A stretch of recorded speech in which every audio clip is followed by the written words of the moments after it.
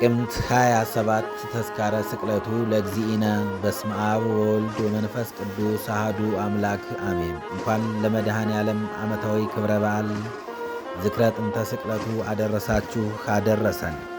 ከሁሉ አስቀድሞ ሃይማኖትን መመስከር እንዲገባ ከመዝህን አምን ዘአልወቱ በሰማያት ወአብ በዲበ ምድር በሰማይ ያለ እናት ከአብ መወለዱን በምድር ያለ አባት ከድንግል ማርያም መወለዱን እናምናለን። ይህንንም አባቶቻችን ሊቃውንተ ቤተ ክርስቲያን ቅድመ ዓለም ከእግዚአብሔር አብ ያለ እናት አካል ዘእም አካል ባሕሪ ዘእም ባሕሪ የተወለደ ተቀዳሚ ተከታይ የሌለው አካላዊ ቃል ድኅረ ዓለም ከእመቤታችን ከቅድስት ድንግል ማርያም ያለ አባት መለወጥ ሳያገኛት ዘር ምክንያትን ሳይሆን ከሥጋዋ ሥጋ ከነፍሷ ነፍስ ነስቶ የተወለደ ወልደ እግዚአብሔር በመለኮቱ ወልደ ማርያም በትፍሥሕቱ ብለው አምልተው እንዲያስተምሩን ከመ አሐዱ ውእቱ ባሕቲቱ ውእቱ አምላክ ወሰብ ኅቡረ ትርጉሙም እርሱ በተዋህዶ ሰው የሆነ አምላክ ነው ማለት ነው። ሃይማኖተ አበው ዘጎርጎርዮስ። መጋቢት 27 ቀን በቃል መነገሩ በልብ መታሰቡ ከፍ ከፍ ይበልና ጌታችን መድኃኒታችን ኢየሱስ ክርስቶስ የተሰቀለበት ጥንተ ስቅለቱ የሚታሰብበት ቀን ነው።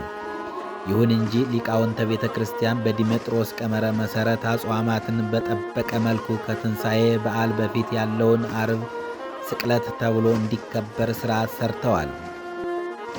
መጋቢት 27 ቀን በአብይ ጾም ስለሚውል በአብይ ጾም ሐዘን እንጂ ደስታ ስለሌለ በዓል ማክበርም ስለማይፈቀድ ወደ ጥቅምት 27 ተዛውሮ ደስ ብሎን እንድናከብረው ቤተ ክርስቲያን ሥርዓት ሰርታለች።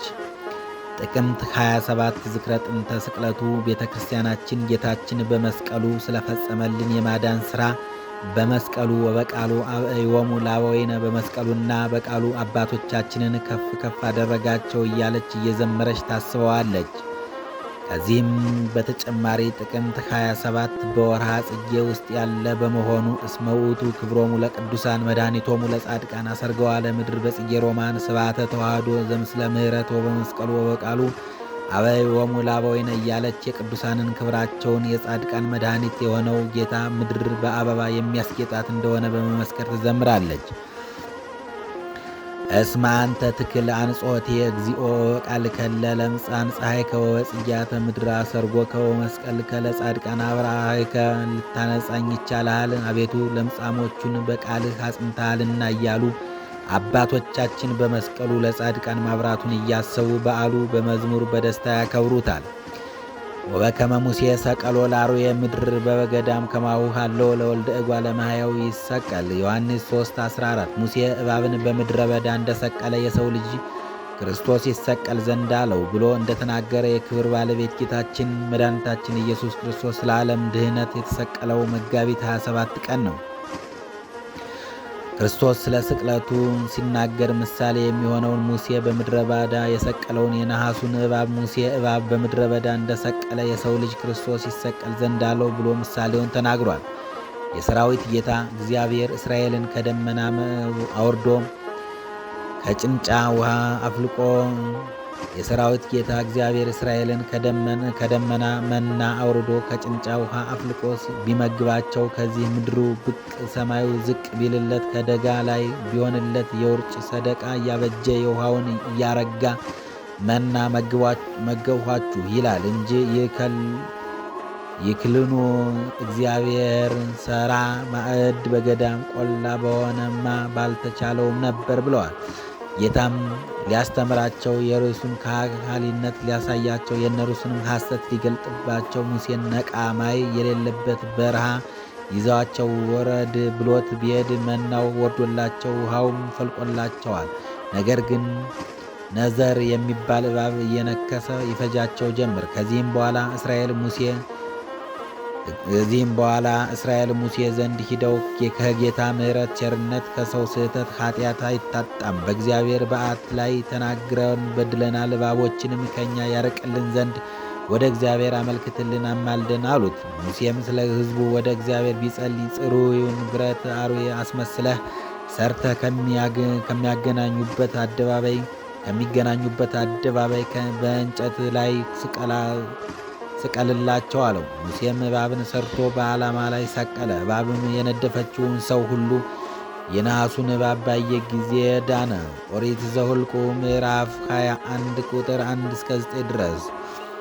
ይህን ምሳሌ አባቶቻችን በትርጓሜ ወንጌል ቅዱስ እንዳስቀመጡልን አርዌ ምድር የዲያብሎስን አርዌ ብረት የጌታ ምሳሌ ነው። በአርዌ ምድር እባብ መርዝ እንዳለበት በዲያብሎስም ፍዳ ኃጢአት አለበት።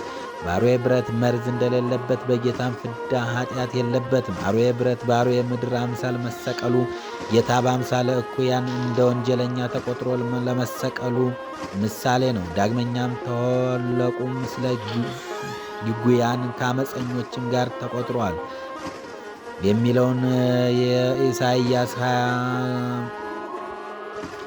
23:12 የሚለውን ትንቢት ፈጽሟል። ምሳሌውም አውቆ አስመስሏል፣ ትንቢቱንም አውቋል።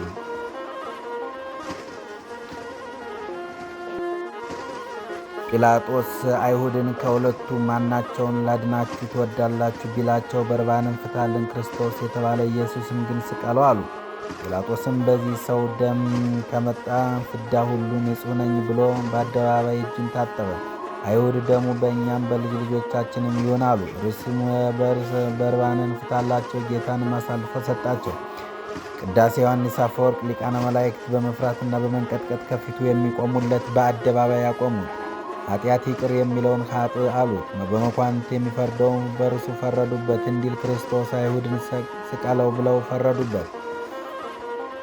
አክሊልን የሚያቀናጀውን የነገሥታትን ንጉሥ ኢየሱስ ክርስቶስን አነገስህ ብለውታልና ጭፍሮቹ በፍና ተሳልቆ የእሾህ አክሊል ታተው ደፉበት። ወጸፈሩ ሐራ አክሊለ ዘሶክ ዋስተቀጸሉ ወዲበ ርእሱ ኢየሱስ ክርስቶስ የእሾህን አክሊል በመቀዳጀቱ ዕፀ በለስን በልቶ ምድረ እሾክና አሜከላን ታበቅላለች ብሎ የፈረደበትን አዳም ስለ እርሱ ክሶ መርገሙን ደምስሶለታል።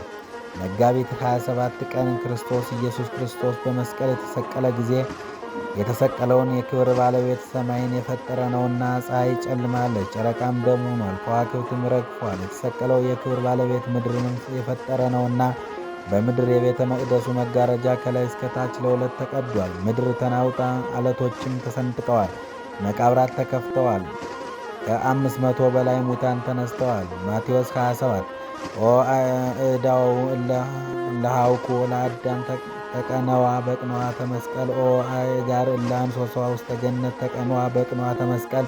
አዳም የፈጠሩ እጆች በመስቀል ቀኖት ተቸነከሩ። ወዮ በገነት የተመላለሱ እግሮች በመስቀል ቀኖቶች ተቸነከሩ። ወዮ እንዲል ቅዳሴ ዮሐንስ አፈወርቅ። ስቅለቱን በዲሜጥሮስ ቀመር አውጥተን የጌታን መከራ አስበን በስግደት ሕማማቱን እናስባለን።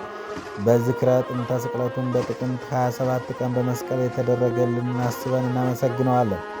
ከጌታችን ከኢየሱስ ክርስቶስ የስቅለት መታሰቢያ ጋር ቤተ ክርስቲያን በ15ኛው መቶ ክፍለ ዘመን የነበሩትን አቡነ መባጽዮንን ታስባለች። አቡነ መባጽዮን አምላካችን ኢየሱስ ክርስቶስን በዕለተ ዓርብ የተሰቀለውን መከራ ግለጽልኝ ብለው በጸለዩ ጊዜ ጌታችን ኢየሱስ ክርስቶስ በዕለተ ዓርብ የተቀበላቸውን መከራዎች ሁሉ አሳያቸው።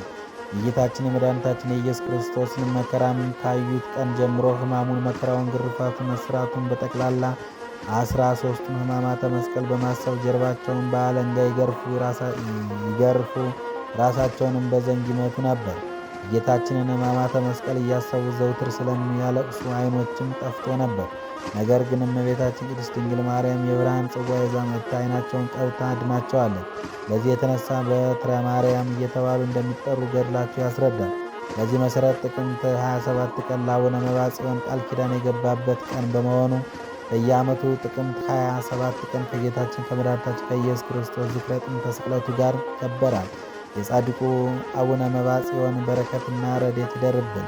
እግዚአብሔር አምላክ ሁላችንም በያለንበት ይጠብቀን።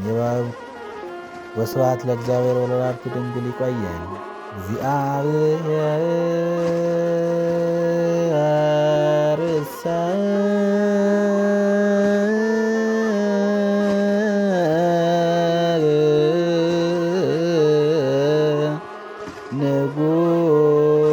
ንጉሥ ውእቱ እምቅድመ ዓለም ወገብረ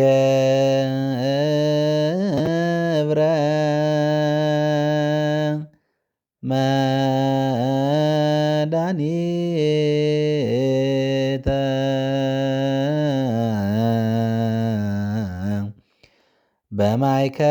በማእከለ ምድር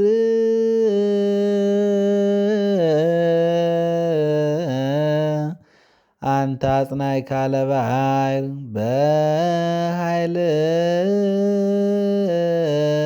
በኃይልከ